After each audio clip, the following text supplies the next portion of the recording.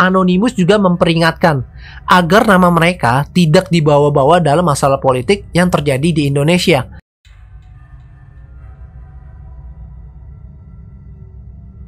Hello friends, and welcome to my video. Perkenalkan, nama gue Harley, dan di video kali ini gue mau bahas tentang apa itu hacker anonymous.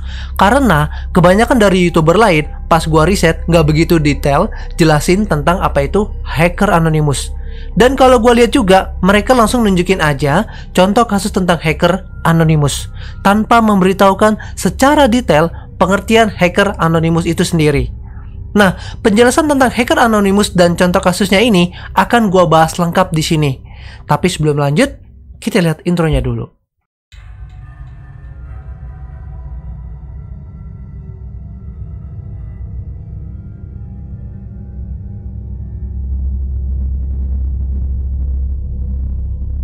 Hacker anonymous dikenal sebagai kelompok peretas yang identik dengan topeng orang menyeringai berwarna hitam dan putih. Dan topeng ini biasanya dikenal dengan nama Guy Fawkes. Oh ya, pasti di sini kalian bertanya-tanya, sebenarnya asal mula topeng ini dari mana? Dan kok bisa tahu-tahu dipakai sebagai simbol hacker anonymous? Nah, kali ini gue akan bahas singkat asal mula dari topeng menyeringai Guy Fawkes ini. Jadi topeng ini berasal dari pria asal Inggris yang bernama Guy Fawkes. Si Guy Fawkes ini dikenal sebagai seorang ekstremis Katolik Roma yang dikenal karena usahanya untuk meledakkan gedung parlemen Inggris. Jadi tuh, alasan dibalik dia ingin meledakkan gedung parlemen Inggris ini karena Inggris pada masa itu menolak agama Katolik. Bahkan sampai mengusir semua orang yang masih menganut agama Katolik. Ya, jadi kayak nggak ada kebebasan beragama gitu. Akan tetapi, usahanya gagal karena udah ketahuan duluan. Dan kemudian, pria ini dihukum mati oleh Raja Inggris. Nah, setahun setelah Guy Fawkes ditangkap, diperingatilah untuk pertama kalinya sebagai Hari Guy Fawkes. Dan sejak saat itulah Guy Fawkes dijadikan simbol keberanian atas ketidakadilan kebebasan beragama di Inggris. Kurang lebih gitulah ya. Tapi kalau kalian tertarik buat gue bahas lengkap tentang si Guy Fawkes ini, kalian bisa berikan jawaban kalian di kolom komentar ya. Nah, jadi hacker anonymous yang menggunakan topeng menyeringai ini, ada yang bilang terinspirasi dari film V for Vendetta. Tapi ada juga sebagian yang bilang dari sejarah si Guy Fawkes yang rela berjuang demi kebebasan beragama di Inggris. Anonymous Hacker adalah sebuah kelompok hacker aktivis yang berdiri sejak tahun 2003. Dan Anonymous ini ternyata termasuk sosok yang paling berpengaruh di dunia karena kemampuannya meretas sistem atau website dengan cepat. Akan tetapi, meskipun mereka adalah sekelompok hacker, mereka bukan orang sembarangan yang target sasarannya adalah orang-orang lemah atau baik. Jadi, sasarannya mereka ini adalah orang-orang yang melakukan tindakan kejahatan dan berbuat tidak adil untuk kepentingan manusia. Dan kali ini, gua punya contoh beberapa kasus yang menggemparkan dunia. Karena hacker anonymous ini berhasil meretas sistem-sistem perusahaan atau negara. Yang kalau gue sendiri itu setuju sama tindakan hacker anonymous ini. Bahkan, seandainya nih, kalau gua kaya banget nih orangnya, gue rela ngebiayain para hacker anonymous itu untuk beraksi demi kepentingan umat manusia yang ada di seluruh dunia. Karena gue sendiri udah nggak begitu percaya banget sama pemerintah atau orang-orang yang menghasilkan duit dengan cara yang negatif. Dan contohnya, kasus pertama yang gue apresiasi dari hacker anonymous ini adalah dengan cara memerangi untuk melawan kasus pelecehan anak. Dan para hacktivis anonymous ini melakukan perlawanan terhadap pelakuan pelecehan anak kecil di dunia maya. Kemudian, sejumlah target yang menjadi sasaran anonymous ini antara lain Freedom Hosting 2 yang ada di dark web atau deep web. Jadi, Freedom Hosting 2 ini dianggap menyediakan hosting untuk video serta gambar-gambar pelecehan anak. Dan setelah berhasil menghack Freedom Hosting 2 itu, biasanya para anonymous ini menampilkan pesan untuk para pengunjungnya yang sedang berkunjung ke Freedom Hosting 2. Dan isi pesannya biasanya seperti ini. Hello Freedom Hosting 2, you have been hacked. Yang artinya, halo Freedom Hosting 2, situs Anda sudah berhasil kami retas. Di sini gue kayaknya seneng banget nih diretas. Nah, Anonymous ini telah berhasil menutup 20% atau lebih dari 10.000 dark web yang melanggar aturan pelecehan anak. Selain meretas konten pelecehan anak di dalam dark web, Anonymous berhasil meretas penjualan obat-obatan terlarang. Lalu, Anonymous memberitahu bahwa data pengguna telah disalin dan dibuang secara online. Yang artinya, database mereka sama member-membernya yang udah join udah di-delete permanen. Dan besarnya data yang anonimus yang dibuang secara online sebesar 74 GB serta 2,3 GB database termasuk email teks beserta username dan password. Nah, yang bikin gue terkejut itu, Anonymous ini malah memberikan juga 21 langkah untuk menyerang Freedom Hosting 2. Dan langkah-langkahnya sih panjang banget ya. Nanti gue kasih ya di video ini ya. Kalian bisa pause aja videonya tentang cara belajar hacker Freedom Hosting 2 itu. Yang kedua, kasus Anonymous berperang online melawan ISIS. Grup hacker Anonymous ini telah mengguncang dunia maya karena berani menentang ISIS yang dikenal kejam. Bahkan, mereka telah meretas 5.500 akun Twitter yang berpihak kepada ISIS. Lalu pada Desember 2015, Anonymous mengumumkan bahwa mereka telah menggagalkan serangan ISIS yang direncanakan di Italia. Dan gak hanya itu aja, Anonymous mendeklarasikan perang cyber terhadap ISIS. Kemudian, Anonymous mengajak orang-orang di seluruh dunia untuk turut serta dalam kampanye menyerang situs dan media sosial milik kelompok teroris tersebut. Kemudian, Anonymous juga membeberkan langkah-langkah untuk menghack situs-situs milik ISIS. Jadi di sini kalian bisa hack situs milik ISIS ini secara suka-suka. Yang ketiga, kasus seorang rasisme yang mengalami kerugian. Seorang penyiar radio sekaligus politik Amerika Serikat bernama Hal Turner dikenal sebagai seorang yang sangat mengagung-agungkan kulit putih atau yang sering dikenal sebagai white supremacy. Jadi si Hal Turner ini selalu menyebarkan ideologi rasis yang makin lama membuat warga Amerika yang lain tuh geram sama perilakunya dia ini. Dan pada Desember 2006, akhirnya Anonymous kemudian memutuskan untuk menjatuhkannya dengan cara meretas website Hal Turner. Dan Anonymous ini berhasil juga membuat Hal Turner harus membayar ribuan dolar tagihan bandwidth internet.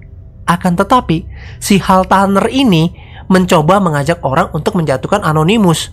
Namun sayangnya, upaya itu nggak berhasil. Ya kali Anonymous dihancurin gitu aja. Kalau ibarat kata, kalau mimpi jangan ketinggian, ketahuan cerdasnya. Yang keempat, kasus melawan hacker dari Tiongkok. Pada tahun 2011, Amerika Serikat menjadi sasaran beberapa hacker. Mereka meretas akun email pejabat penting dan membuat kelabakan pihak keamanan nasional. Dan berkat campur tangan dari Anonymous, ketahuanlah siapa dalang dibalik peretasan akun pejabat penting milik Amerika ini. Dan pelakunya ini ternyata adalah seorang militer dari Tiongkok. Kemudian, setelah Anonymous ini berhasil meretas forum besar yang digunakan oleh para hacker Tiongkok dan berhasil juga mengumpulkan data 40.000 anggotanya, lalu Anonymous berhasil juga mendapatkan informasi ini. Dia memberikannya kepada Amerika, yang kemudian digunakan untuk memperbaiki sistem keamanannya agar tidak diretas lagi oleh oknum-oknum tertentu. Yang kelima, kasus kerusuhan di Iran. Jadi di tahun 2009, pemilu presiden Iran ini menjadi hal yang sangat kontroversial, yang dimana muncul berbagai macam protes karena kecurigaan bahwa Presiden Ahmadinejad melakukan kecurangan dalam pemilihan umum tersebut. Jadi setelah mengetahui hal itu, pemerintah Iran dengan cepat berusaha menyensor berita online tentang kerusuhan yang terjadi. Tujuannya adalah agar para demonstran itu tidak mendapatkan dukungan internasional. Nah, setelah melihat kejadian itu, Anonymous ini merasa geram dan sangat marah. Lalu kemudian Anonymous ini bekerja sama dengan hacker Iran untuk menciptakan situs baru yang bernama Anonymous Iran. Dan dari usaha tersebut, mereka mendapatkan lebih dari 22.000 pendukung dari seluruh dunia. Meski protesnya berhasil dipadamkan, seharusnya kita harus memberikan apresiasi lebih kepada Anonymous ini karena telah berhasil menjadi mata dunia atau jembatan penghubung informasi antara Iran dengan dunia luar. Yang keenam, kasus pemerintah di Nigeria. Tepatnya di tahun 2012, pemerintah Nigeria menghapuskan subsidi bahan bakar yang sangat penting bagi populasi miskin di negara tersebut. Lalu hal ini yang membuat Anonymous bersama anggota lainnya geram atas perilaku pemerintah Nigeria. Kemudian pada bulan Januari 2013, para Anonymous dan anggotanya ini meluncurkan kampanye balas dendam tanpa henti kepada pemerintahan Nigeria. Jadi mereka ini meretas situs Komisi Keuangan dan Ekonomi Nigeria, serta mengancam akan membocorkan segala informasi sensitif kepada seluruh dunia jika pemerintah Nigeria tidak segera mengambil tindakan atas masalah kemiskinan, buta huruf, dan pelayanan kesehatan yang buruk. Yang ketujuh, kasus kekerasan di sekolah. Di Amerika Serikat, ada sebuah sekolah untuk mengobati beberapa kondisi seperti autisme, skizofrenia, serta kelainan bipolar.